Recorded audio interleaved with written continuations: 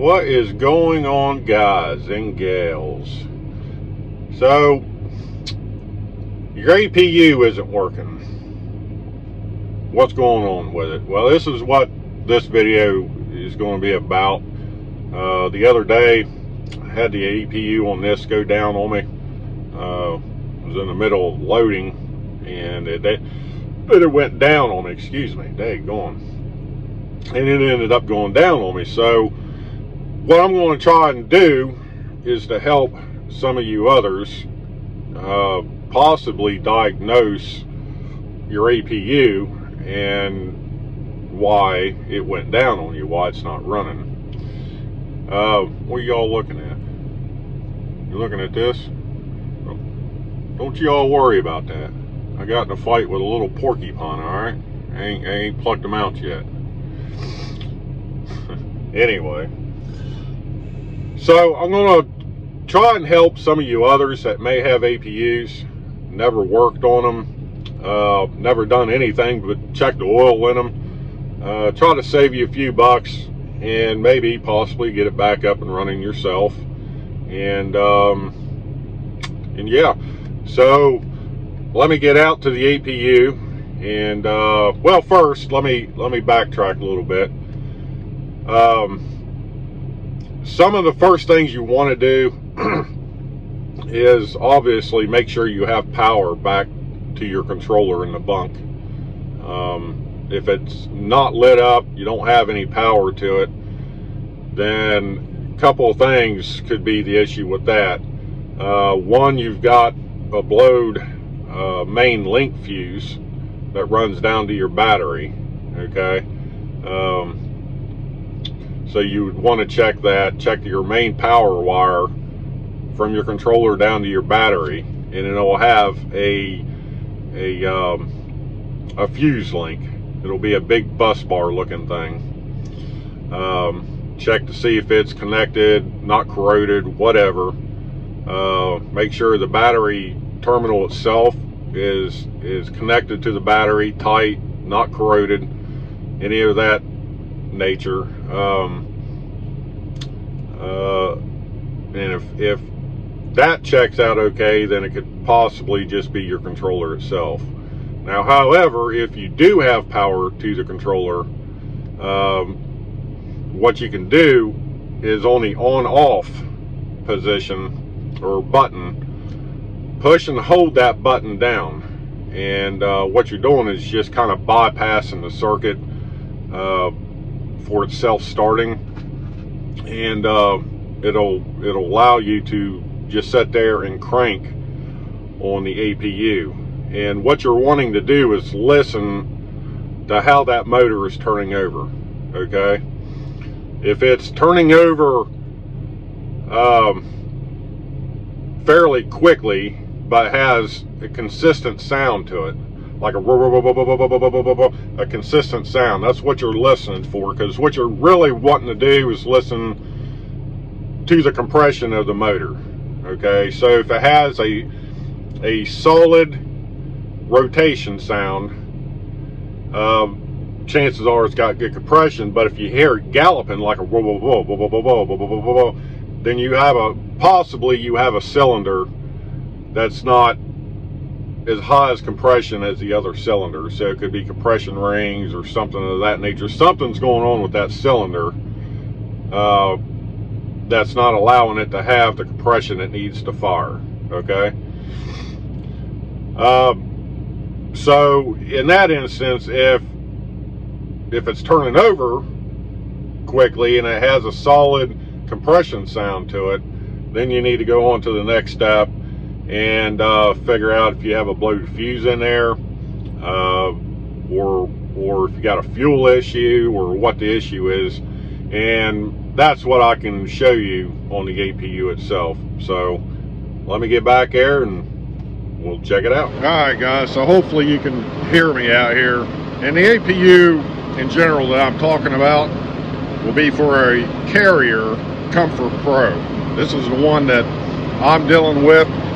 So to check on these things, to really get into Diagnose, you're going to have 4 bolts, okay?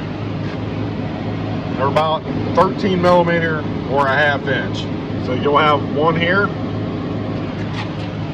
then you're going to have one on this side, one on this side, and then there's another one back there just past this corner of this cover here. And what that does, it'll allow you to pop this whole cover off, okay, where you can get in there and take a look. But what I'm going to do, I'm just going to get into this little access hatch, because I can show you all just about anything that you really need to see just by this. Get this off here. Oh, good Lord.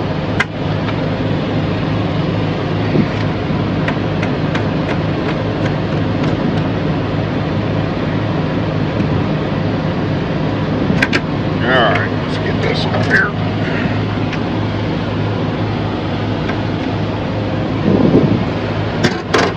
Alright, so what you're looking for, which would help if we had some light, but let me get back here. There's a plug back here. I don't know if you can see it right there. Right there. Take that plug out. Let me get over here where you can see. There's a connection right there. Okay? Just push that in, pull that out, and that's going to expose a 20 amp fuse. You want to check that and make sure that that 20 amp fuse is not blowed. If it's blowed, replace it and try and fire back up and see if it'll run. Chances are it'll probably run. Another issue could be an alternator problem, okay? Now, on your main controller box, which is right here, you'll have a couple connection plugs. You want to check them, make sure they're in, they're seated. Just good connection all the way around. Now, on that controller also, there's labelings on there. Starter, glow plugs, solenoid pull, solenoid hold, alternator power, coolant, oil temp, stuff like that. See if you have any kind of fault lights that are on with that, okay? These things are designed, if you're low on oil, it'll shut down and it will not start back up. If you have an alternator fault, the alternator is not charging, it will shut down. Most likely it'll shut down. Sometimes they will run, but most likely they'll shut down. So make sure you check on your oil. And if it does have an alternator fault on it, it will tell you on that control panel. You will have a light for it. Alright?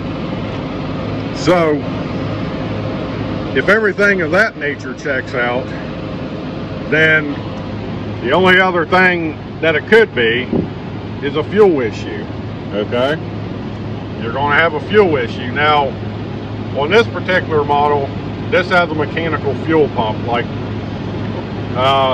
now with the other ones, like the tri-packs, stuff like that, I believe those have the electronic fuel pumps, or clickety-clack is what I call them. But this one has a manual fuel pump, which is right here. It's located right here. Now, how you check to see if you have any fuel, right here are your fuel lines to your injectors, okay? These are your two fuel lines. They'll come out from that fuel pump, come up, and go down into your injectors. Now what you can do is crack these, just crack them open, go back and try to start it. Let it do its thing in its natural cycle, and then come back out here and look. You'll have enough time to activate that in the bunk and then come out here before it starts cranking. And see if you have any fuel coming out of these at all, out of these lines at all. If you do not see any fuel as this thing is cranking, then you've got a bad fuel pump. Now, in my case, what happened this one ended up with an airlock. This one was fine, but this one ended up with an airlock, and I had to end up bleeding the air out of it and to get it back up and going. But those are some of the things that you need to look for when trying to diagnose of why it's not running. Hopefully it helps some of y'all. By no means am I an expert at one of these, but most motors are all the same. You need, well, in a gasoline you need fire, fuel, and compression. In a diesel you need fuel and compression, and obviously oil, coolant, all that good stuff. So that's that. Hopefully it helps you guys, and if you have any questions, just leave it down below. Peace.